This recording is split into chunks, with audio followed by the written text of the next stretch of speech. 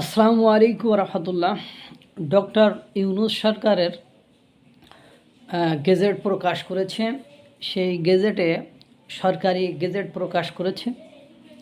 সেই সরকারি গেজেটে আওয়ামী লীগ বাদে সবারই দায় মুক্তি, অর্থাৎ ৭১ মুক্তিযুদ্ধের পরে, স্বাধীনতার পরে ২০০৯ সাল পর্যন্ত এর মধ্যে বাংলাদেশের ইতিহাসে কিছু ঘটেনি, কিছুই হয়নি। এর মধ্যে বা ৭১-এর আগেও বাংলাদেশের যে ঘটনাগুলো ঘটেছে সেগুলো যারা দোসর দালাল ছিল তাদের সকলকেই দায়মুক্ত দিয়ে শুধুমাত্র আওয়ামী লীগকে অপরাধীর কাঠগড়ায় দাঁড় করানোর জন্য যে গেজেট, সেটাই হলো সরকারি সনদ বা গেজেট প্রকাশ করেছে বর্তমান ইউনূস সরকার। একেবারে পুরো রিসেট বাটন পুশ করে আওয়ামী লীগের মানে টার্গেট করে একদম গেজেট প্রকাশ করে ইতিহাসের আর কিছুই নেই। মানে ২০০৯ সালের আগের কোনো ইতিহাস বাংলাদেশে নেই। ২০০৯ সাল থেকে ২০২৪ সাল পর্যন্ত ঘটনাবলী নিয়েই ইতিহাস। এর আগে ৪৭, ৭১, ৬৯ কোনো কিছুই নেই। ৬ দফা মানে ইতিহাসের একেবারে লড়র ভড়র করে ফেলছে।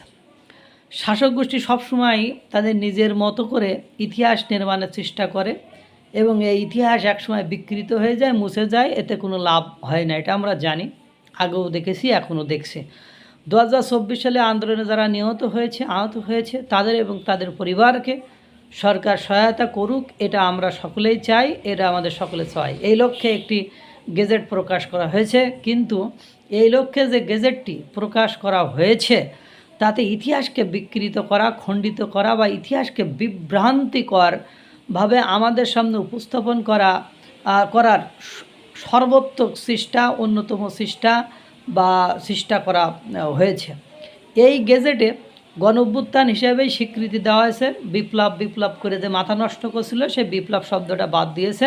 এই গেজেটের এই একটাই পাওয়া, এটা যে গণঅভ্যুত্থান বলেছে, এটাকে বিপ্লব বলে স্বীকৃতি দেয়নি।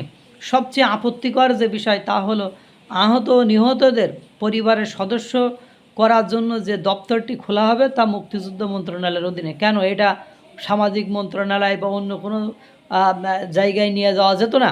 এটা মুক্তিযোদ্ধা, তার মানে তাদেরকে মুক্তিযোদ্ধাদের সমান মর্যাদার, সমপর্যায়ের, সুযোগ সুবিধার পর্যায়ে নিয়ে যাওয়া হবে। অর্থাৎ তারা এই গণঅভ্যুত্থানকে মুক্তিযোদ্ধার পর্যায়ে নিয়ে যাওয়ার চেষ্টা করেছে। ৭১-এর মর্যাদা ২৪-এ নামিয়ে আনার চেষ্টা, অথবা ২৪-কে ৭১-এর সমপর্যায়ে নিয়ে যাওয়ার অপচেষ্টা অব্যাহত রয়েছে এবং সেটারই একটা বহিঃপ্রকাশ ঘটেছে। অধ্যাদেশে বলা হচ্ছে জানুয়ারি ২০০৯ খ্রিস্টাব্দ থেকে ফ্যাসিস্ট আওয়ামী সরকারের অধীনে দলীয়করণ পরিবারতন্ত্র প্রতিষ্ঠার ফলে রাষ্ট্রের সব প্রতিষ্ঠান অকার্যকর, অন্যায়ভাবে শক্তি প্রয়োগ করে বিরোধী মত দমন, গুম ও বিচার বহির্ভূত হত্যাকাণ্ড, লুটপাট, নারী ও সংখ্যালঘুদের নির্যাতন, কাঠামোগত সহিংসতার শিকার, জনগণের বাকস্বাধীনতা হরণ এবং ভোটাধিকার হরণ এবং সার্বভৌমত্বকে বিপন্ন করে জনগণকে শঙ্কিত করা হয়েছে। এর মধ্যে ফ্যাসিস্ট আর সার্বভৌমত্বকে বিপন্ন করা শব্দ দুটি নিয়ে আমার তুমুল আপত্তি এবং মানুষের আপত্তি এখানে আছে। আমরা জানি আওয়ামী লীগ ফ্যাসিস্ট হলে বর্তমান সরকারের ফ্যাসিস্ট বলা যায় নাকি, বা ফ্যাসিস্ট বলা যাবে না কেন? কারণ যে শব্দগুলো ওখানে ব্যবহার করা আছে, এই শব্দগুলো বাংলাদেশের বিগত যত সরকার, ৭১-এর পর থেকে যত সরকার, বর্তমান ইউনূস সরকার সহ যত সরকার এসেছে, তারা কি এই শব্দগুলোর বাইরে কেউ কোনো সময় আচরণ করেছে? আপনারা কি জানেন বা আপনাদের জানা আছে? প্রশ্ন হলো ২০০৯ থেকে ২০২৪ সাল পর্যন্ত কেবল এই ঘটনাগুলো ঘটেছে, এর আগের ঘটনা আমরা ভুলে যাব? মানে ৭১ থেকে তাহলে ২০০৯ পর্যন্ত ঘটে দেওয়া সমস্ত ঘটনা ভুলে যাব? এর মানে ৭১ থেকে ২০০৯ সাল পর্যন্ত ঘটে দেওয়া সকল ঘটনা আমরা ভুলে দেব, অস্বীকার করব? ৭১ থেকে ২০০৯ সালের মধ্যে বাংলাদেশের কিছু ঘটেনি? ৭৫-এর নির্মম হত্যাকাণ্ড, যেটা আমরা এমনিতেই অস্বীকার করব?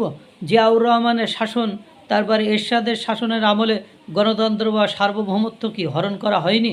সংখ্যালঘুদের নির্যাতন করা হয়নি?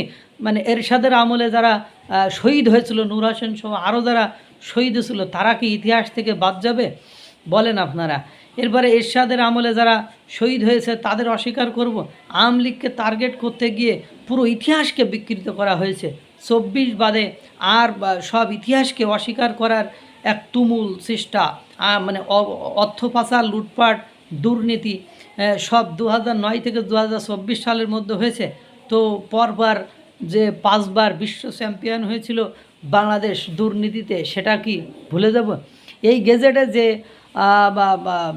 চিকিৎসার কথা বলা হয়েছে বা চিকিৎসা সেবা প্রদানের কথা বলা হয়েছে, সেখানে কেবল 834 জনের তালিকা দেওয়া হয়েছে। তবে জাতিসংঘে 1400 জন বলে যে আপনারা মুখে ফেনা তুলি ফেলেন, আপনারা উপদেষ্টারা সকলেই যে 1400 জন হত্যা হয়েছে, 1400 জন হত্যা, তাহলে বাকি তারা কোনো চিকিৎসা সেবা বা বাকি তাদের পরিবার কোনো কিছু না, 1400 জনের কথা তাহলে কেন বলা হলো? এটাও একটা কথা। আর এটা সব জায়গায় সর্বত্রই আপনারা কেন বলছেন? তাহলে তো আপনারা আপনাদের ফাঁদে পা দিয়েছেন।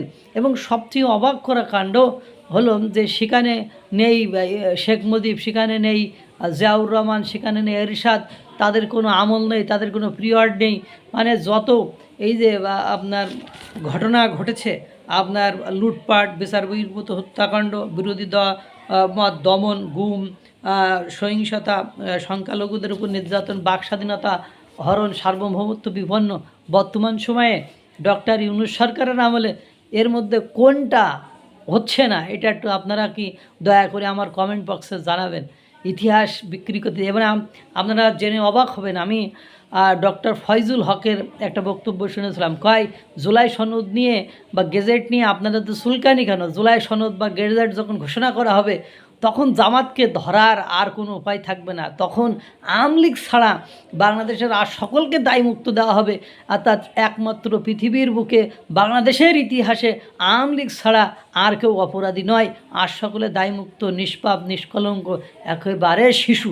সেটাই কিন্তু আমরা এই গেজেটে দেখেছি। আল্লাহ তাআলা সকলকে ভালো রাখুক, সুস্থ রাখুক, আর ইতিহাস বিকৃতি থেকে আমাদেরকে রক্ষা করুক। আসসালামু আলাইকুম ওয়া রাহমাতুল্লাহ।